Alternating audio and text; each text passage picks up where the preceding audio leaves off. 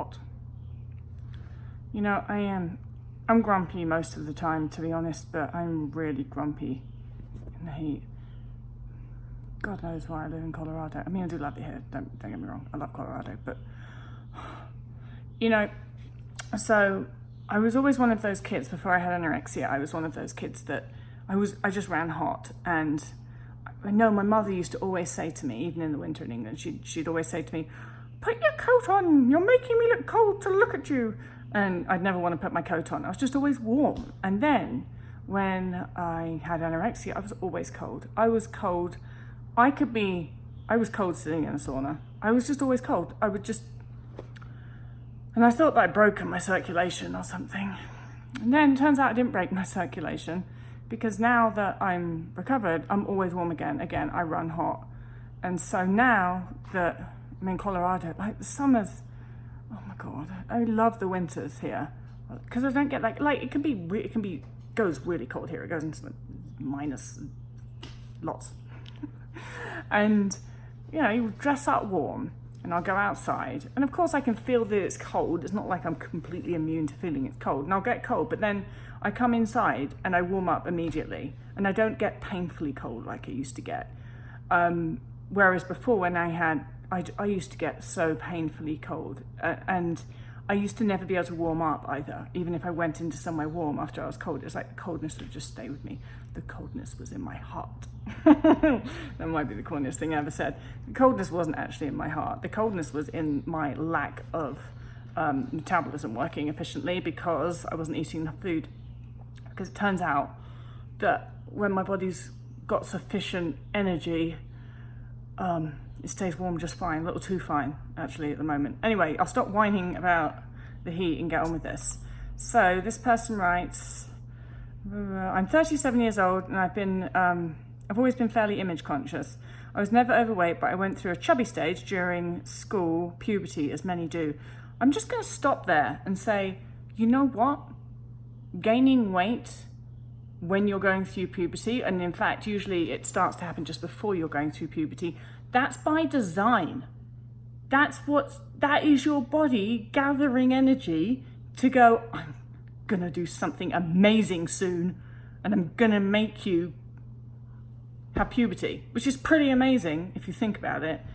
And of course your body needs to gather energy to it. And I think it's the saddest thing that, you know, people gain weight because their bodies naturally want to gain weight because they're going to go through puberty soon. And then the school sends a letter to the parents that says your child's overweight, or not even that, just peer pressure, and the person wants to lose weight. And that is why I believe that there is such a link that, people develop eating disorders when they're teenagers, or a high number of people develop eating disorders when they're going through puberty. I don't think it's actually anything to do with puberty. I think it's the fact that people naturally should gain weight to go through puberty, to prepare them for puberty, and then when they do that, society tells them that they shouldn't do that and they go on a diet. Anyway, okay, so I was never overweight. I went through a chubby stage during middle school puberty, as many do. I was sucked into American media and always wanted to look like models in magazines, tried out random diets, etc. However, I would not consider myself as having an eating disorder back then because it didn't consume my thoughts and I was not that serious about losing weight. When I went to college, I didn't restrict at all and I felt pretty good about myself. Fast forward to when I turned 30, I went through a pretty bad breakup and I thought I wasn't good enough. I felt that if I were pretty or skinny, etc., things would have been different and better. I ended up losing quite a bit of weight, first unintentionally and then intentionally. Once I got to a lower weight, it felt good and I wanted to stay there. Every time the number went down, I had a new goal.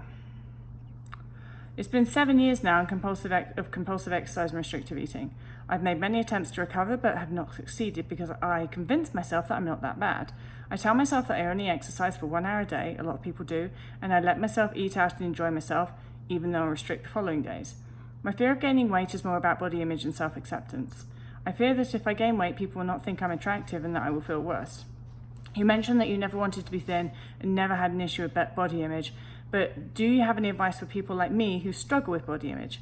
I'm curious for you, if you didn't want to be thin, where did the fear of waning weight come from? And that's from Pauline. So Pauline, if you if you want to know really where the fear of weight gain, where I think the fear of weight gain came from, if, you know, comes from with all people with restrictive eating disorders such as anorexia, because not all of us actually had negative body image before we have an eating disorder, then you're going to have to read Rehabilitate, Rewire, Recover, all like 140,000 words of it or whatever, because that's kind of where I explain migration theory and explain anorexia as a biological thing.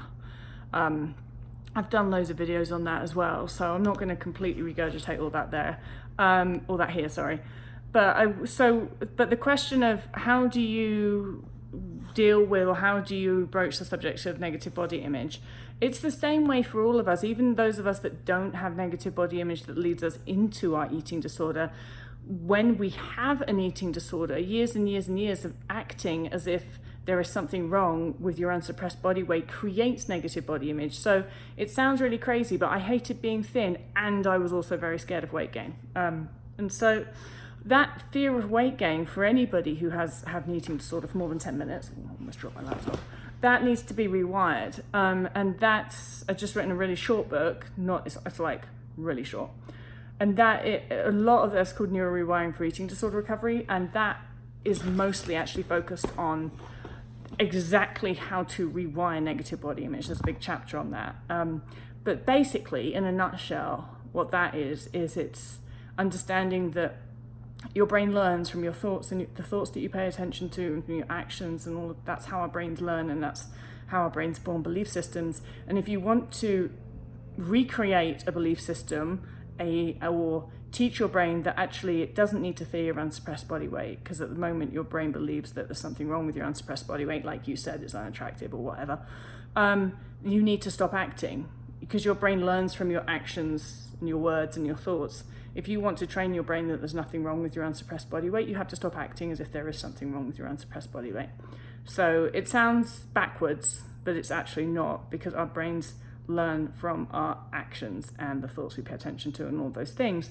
And so if your brain has a belief that there's something wrong with your body, unless you are starving yourself and making it skinnier than it should be, then you have to rewire that belief by stop acting as if there is something wrong with your body.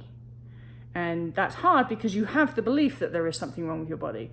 So you have to act as if you don't believe that there's something wrong with your body, when really you actually do. But it doesn't matter, because as long as you act as if you don't believe that there's something wrong with your body, your brain will start to be like, she's acting as if there's nothing wrong with her body. Maybe there's nothing wrong with her body. It'll take time, but that's what gradually starts to happen. So I explain that in Neuro Rewiring for Eating Disorder Recovery. But though, you can get all that stuff. I talk about this stuff a lot in podcasts and blogs and all of those things, and sort of explain it better than I'm going to do in an 8-minute video. But hopefully you can get the gist from this 8-minute video, because the last thing that you need to do is necessarily go out and read books and buy books. That's just if you want to. But honestly, all of the information is mostly in the blogs on my website. Like, the books were just me putting it all together in one spot. So if you can be bothered to trawl through my blogs, then you won't have to bother with the books. It should explain it, I hope. All right, I hope that helps. I'll just continue to sit here hot. Bye.